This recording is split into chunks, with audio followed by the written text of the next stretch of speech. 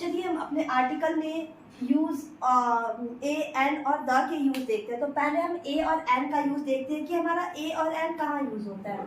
तो हमारा ए और एन देखिए इंग्लिश में टोटल कितने लेटर्स होते हैं, तो हमारे इंग्लिश में टोटल 26 लेटर होते हैं, ठीक है। और इन 26 लेटर में जो 5 होता है वो वॉवेल होता है और 21 कितने होते हैं, कॉन्सोनेंट होते हैं। अब देखिए अगर आपको थोड़ा बहुत भी आर्टिकल के बारे में पता होगा, आप ये जानते हो कि अगर जो हमारा वर्ड होता है वो कॉन्सोनेंट से शुरू होता है तो हम ए लगाते हैं, और जब वॉवेल से शुरू होता है तो हम एन लगाते हैं। लेकिन हमारा जो ये कॉन्सेप्ट है वो बिल्कुल छोटे बच्चों जैसा है, ठीक है। और हम एग्जाम को क्रैक कर रहे हैं तो हमें जो उसका मेन कॉन्सेप्ट है वो समझना चाहिए कि हमारे वर्ड वॉवेल और कॉन्सोनेंट से शुरू होने से नहीं मतलब है, हमारा जो मतलब है वो उसके साउंड से मतलब है कि अगर जो हम वर्ड बोल रहे हैं, ठीक है, उसका साउंड अगर वॉवेल आ रहा है, ठीक है, साउंड अगर वॉवेल है तो हम एन यूज करेंगे। लेकिन अगर साउंड हमारा कॉन्सोनेंट है तो हम क्या यूज करेंगे, एन यूज करेंगे, ठीक है। अब जैसे कुछ एग्जांपल मैं बताती हूँ आप लोगों को। अब देखिए यहाँ पे लिखा हुआ है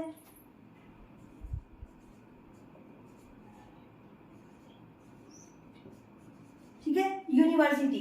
अब आप कहेंगे कि ये तो यू से शुरू हुआ है, ये वॉवेल कितने कौन कौन से होते हैं, ए ई आई ओ यू, ठीक है। बाकी जितने भी रिमेनिंग है वो कितने क्या होते हैं, हमारे कॉन्सोनेंट होते हैं। तो ठीक है, आप बोलेंगे कि ये तो वॉवेल है, यू जो है वो वॉवेल है, ठीक है, तब तो यहाँ पे एन लग जाना चाहिए। लेकिन नहीं, ये क्या है, गलत है।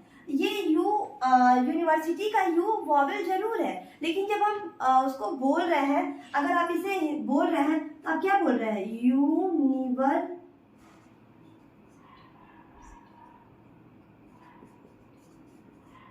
ठीक है, यूनिवर्सिटी आप यहाँ पे कर रहे हैं। तो ये क्या है, ये हिंदी का भी आप स्वर और व्यंजन यहाँ पे देखेंगे, उस हिंदी के स्वर और व्यंजन के हिसाब से आप डिसाइड करेंगे कि एन लगना है कि ए लगना है, ठीक है। तो ये हिंदी का क्या है, ये व्यंजन है, यह जो है वो व्यंजन है, ठीक है। तो ये क्या होगा, इसीलिए यहाँ पे जो हमारा आर्टिकल है वो क्या यूज होगा, यहाँ पे ए आर्टिकल यूज होगा, ना कि एन आर्टिकल यूज होगा, ठीक है। अब हम अपना नेक्स्ट एग्जांपल देखते हैं। जैसे हम अपना नेक्स्ट एग्जांपल देखते हैं, मैं लिखूं हॉनेस्ट, ठीक है। अब आप सोचिए यहाँ पे अ यूज होगा कि एन यूज होगा। आप देखिए, आप पहले इसे प्रोनाउंसिएट कीजिए, आप इसे बोलिए। तो आप इसे बोल रहे हैं तो क्या ये इसका सही प्रोनाउंसिएशन क्या होगा, ऑनेस्ट, ठीक है। तो ये क्या है, ऑनेस्ट। तो अगर ये ऑनेस्ट है तो हमारे अब ये यहाँ पे आप क्या आ रहा है, ये आप क्या आपको लगेगा ये कि एच जो है वो हमारा क्या है, कॉन्सोनेंट है, ठीक है। तो आप उसके हिसाब से क्या लगा देंगे, ए लगा देंगे। लेकिन ये क्या हो जाएगा, गलत हो जाएगा। आप हिंदी में जब बोल रहे हैं तो क्या आ रहा है, ऑनेस्ट आ रहा है। तो ये क्या है, स्वर है, ठीक है, हमारा आ स्वर है। इसके हिसाब से यहाँ पे क्या सही होगा, एन ऑनेस्ट, ठीक है। इसी की तरह अगला देखिए, एन आवर, ठीक है।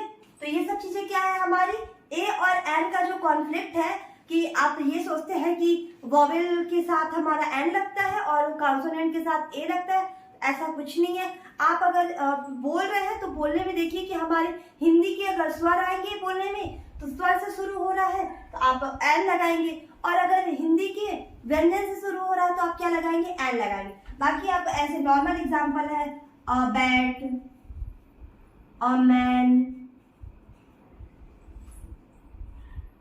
एन आइसक्रीम,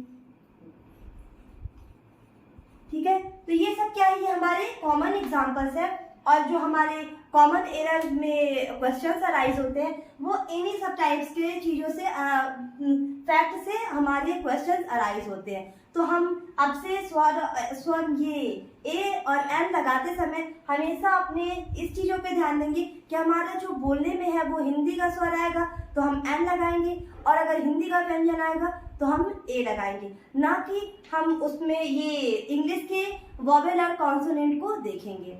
चलिए अब हम अपने नेक्स्ट जो यूज है द आर्टिकल द का हम अपना यूज देखेंगे। हम अपने आर्टिकल में द आर्टिकल के यूज को देखते हैं। तो जो हमारा द आर्टिकल होता है वो किसके आगे लगता है या किसके साथ लगता है, ठीक है। तो आप कोई भी पर्वत श्रेणी की नाम लिखिए या नदियों का नाम लिखिए, सागरों का नाम लिखिए, महासागर का नाम लिखिए, या किसी धार्मिक ग्रंथ को लिखिए का नाम लिखिए, दिशाओं का नाम लिखिए, धार्मिक संप्रदाय का नाम लिखिए, किसी राजनीतिक दल का नाम लिखिए, आप किसी ऐतिहासिक इमारत का नाम लिख दीजिए, या किसी ऐतिहासिक घटना के बारे में बताइए, किसी वाद्य यंत्र के बारे में बताइए। इन सब चीजों के आगे आप क्या लगाएंगे, द का यूज करेंगे। जैसे हम अगर एग्जाम्पल कुछ लिखे तो द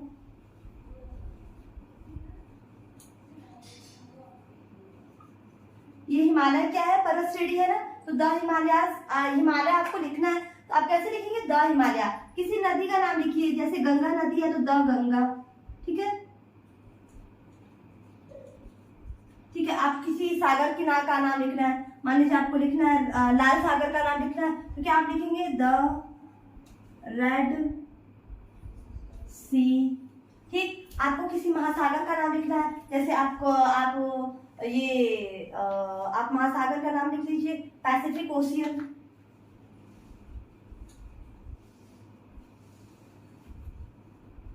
ठीक है, तो इसके आगे क्या लगाएंगे, आप द लगाएंगे। ठीक, अब मैंने क्या लिखा है, दिशाओं के नाम, ठीक है। तो दिशा the east, the west, the north, the south, ये सब क्या है, दिशाओं का नाम है, ठीक है। तो यहाँ पे द ईस्ट हो गया।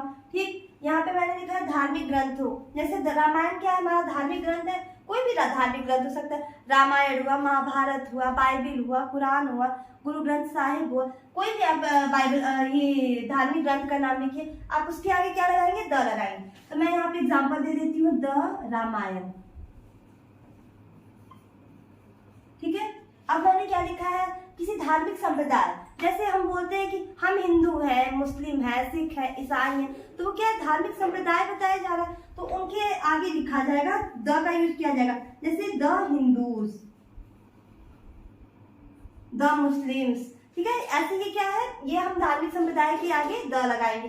ठीक है, अब कोई राजनीतिक दल है तो जैसे कोई भी राजनीतिक दल हो सकता है, भारतीय जनता पार्टी हुआ, कांग्रेस हुआ, जनता दल हुआ, कोई भी ये राजनीतिक दल हुआ, उसके आगे भी क्या लगेगा, द लगेगा। द मान लीजिए मैं लिख देती हूँ भारतीय जनता पार्टी, बीजेपी लिख देती हूँ, ठीक है। ठीक है, तो यहाँ पे क्या हुआ, ये हमारा किसी राजनीतिक दल का भी नाम लिखे तो उसके आगे द हो गया। ऐतिहासिक इमारत, अब हमारे ऐतिहासिक इमारत क्या है, तो ऐतिहासिक इमारत आप ताजमहल ही देख लीजिए, तो द ताजमहल।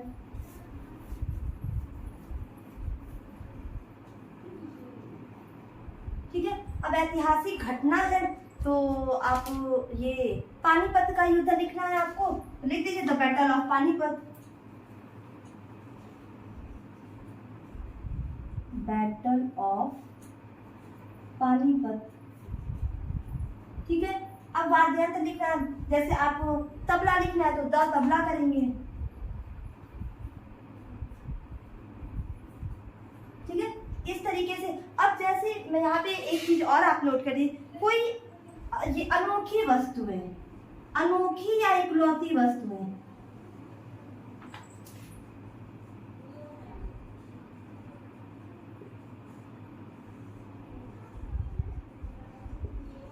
ठीक है। तो आप अनोखी या इकलौती, जैसे सन क्या है, एक है, मून क्या है, एक है, इसके आगे क्या लगेगा, द लगेगा। ठीक, द सन, द मून, ठीक है। तो ये सब क्या है, हमारे द के कुछ इंपॉर्टेंट यूज है जो कि आप हमेशा देखेंगे कि ये अपने एग्जाम्स में, कॉमन एरर में, इन सब चीजों में आप द का ऐसा यूज देख सकते हैं। आप ये इस तरीके से आप एक एक पॉइंट को देखिए, एग्जाम्पल्स देखिए और वीडियो को में आर्टिकल्स को समझने की अच्छे से कोशिश कीजिए। Thank you.